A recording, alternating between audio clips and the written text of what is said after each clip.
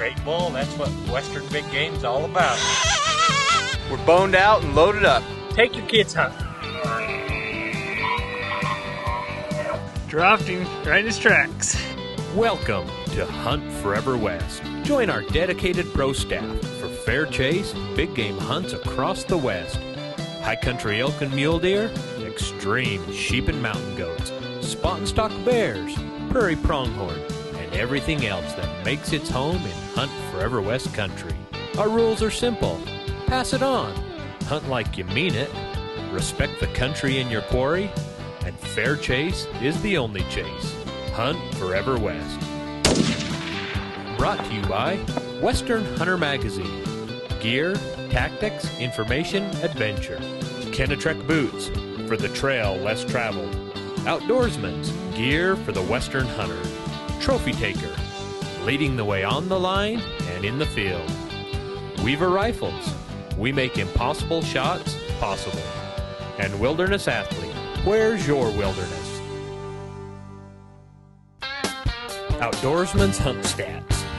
This week, we'll follow Zane, Dick, and Cade Powell into western Wyoming for elk. Zane's preferred weapon today is a Weaver 300 short-action Ultra Mag. They'll be looking for elk with Swarovski optics, hiking in Kenetrek boots and gaiters, and packing meat off the mountain in an Outdoorsman pack. Welcome back, folks. You caught us today in the wilds of Wyoming. You can see there's some snow on the ground. We're here on a late October rifle elk hunt. We left camp about a mile and a half ago down that direction. We've been walking, 45 minutes or so. The trail's a little sloppy. We were coming up here. We had a break in the storm.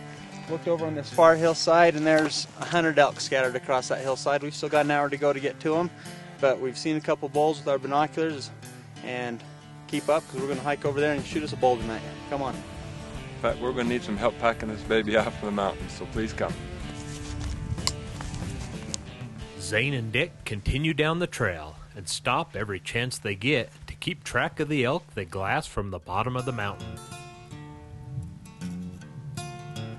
Although foggy, the snow was stopped and the elk are out feeding.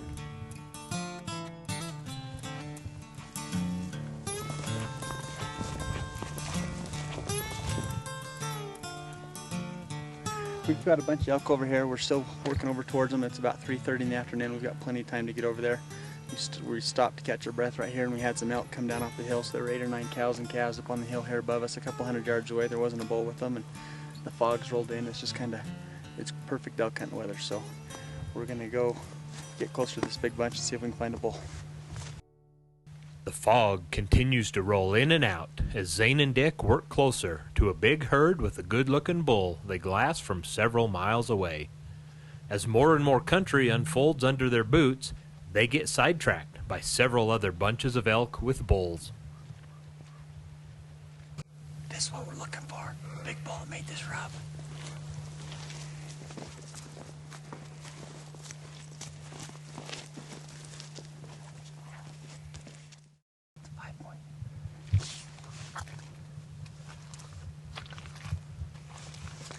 Can you see him?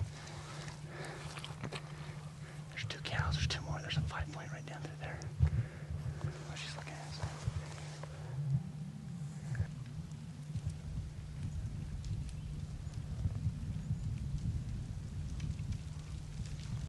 We've been hiking along here. The fog keeps coming in and out. We've got these elk over here. We've got about a 10-minute hike to where we're over there. We haven't been able to find the bull that we saw a couple of hours ago. There's a few small bulls there, but we can't find the mature bull that we saw. As we're coming along this hillside down the Quakies below us, there's been 30 or 40 elk. There's even a couple of bulls bugling. We can see a bull down in the brush. They're only about 200 yards away, but they're in the brush. One looks like a fairly heavy set of antlers, but we're kind of waiting for him to come out into a clearing so we can get a better look at him. We don't want to go down in there and bust him in the brush, so we're kind of waiting for them to come out so we get a better look at him. As Zane and Dick wait him out, more and more bulls appear out of the aspens below, including several 6-points. After glassing them over, Zane wants to leave these bulls alone for another year and go get a better look at the bull he originally glassed. It's not long until the majority of the distant herd is visible.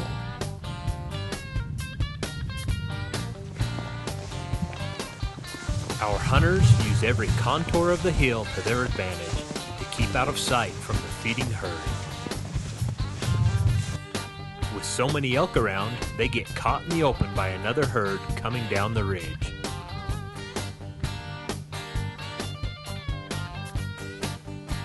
Finally, this herd with several young bulls spooked down the ridge, above and out of sight of our desired elk, allowing Zane to close the distance.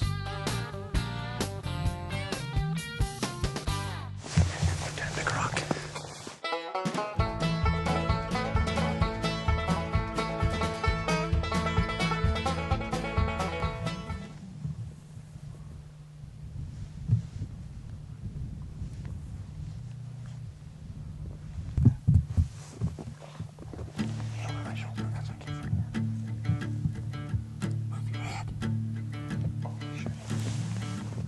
It's not long until Zane finally gets a close-up view of the bull he glassed 3 hours earlier.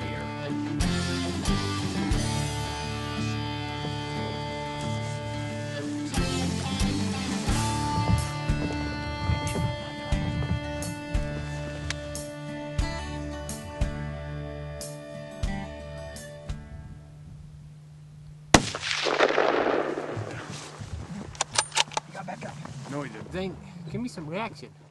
Okay. Folks, that was exciting. We snuck up, we came around that little rock, those elk were right there in front of us. We were lucky, and that bull that we'd seen earlier was right there. He was kind of working through the cows. We had to be careful, and he was only 150 yards away. Had to be careful. He came up to nudge a cow to mount her. The cow took a step forward, and he was still standing there, and I whacked him and knocked him down. Here you can see where he's knocked down, and he slid down the hill, so this hill was too steep for him to lay on. He slid down the hill down to the sagebrush down below, and we can see him laying down there. So let's go see what kind of a bull he is.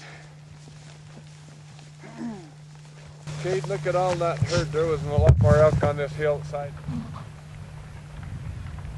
Although it is the end of October, several cows that didn't get bred during September had come back into estrus.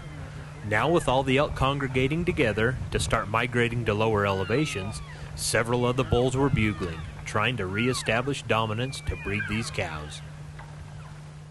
Zane and Cade first learned about this unit several years earlier with a good friend from the local area. After a quick scouting trip, Zane decided he would start applying for this limited quota hunt. Odds were pretty good, and he drew it on his first attempt. Plans were then made with Dick and Cade to go chase elk. This public land do-it-yourself hunt shows what is possible when our hunters do their homework and prepare for all the conditions Mother Nature can throw at them. When everything comes together and Zane harvests the biggest bull out of almost 500 elk seen, well, that's just a bonus from Hunt Forever West Country.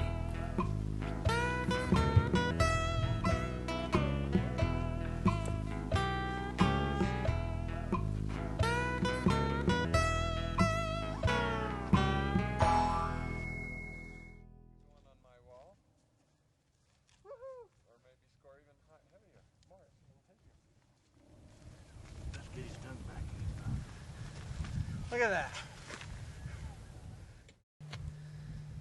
Well, we did it. We're shooting, Tex. Look at that. Nice Wyoming bull.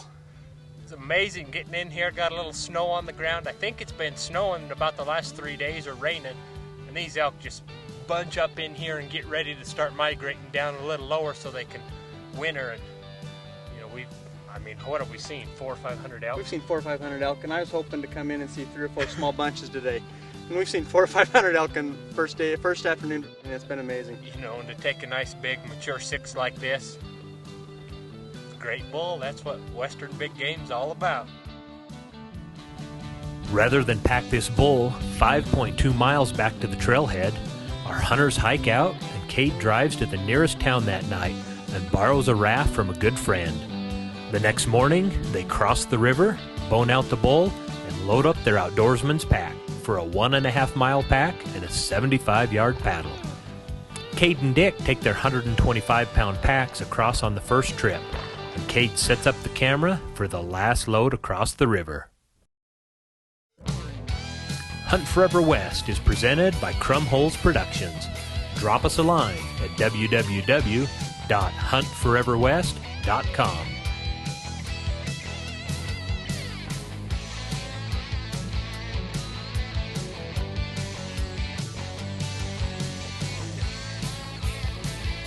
Hunt Forever West.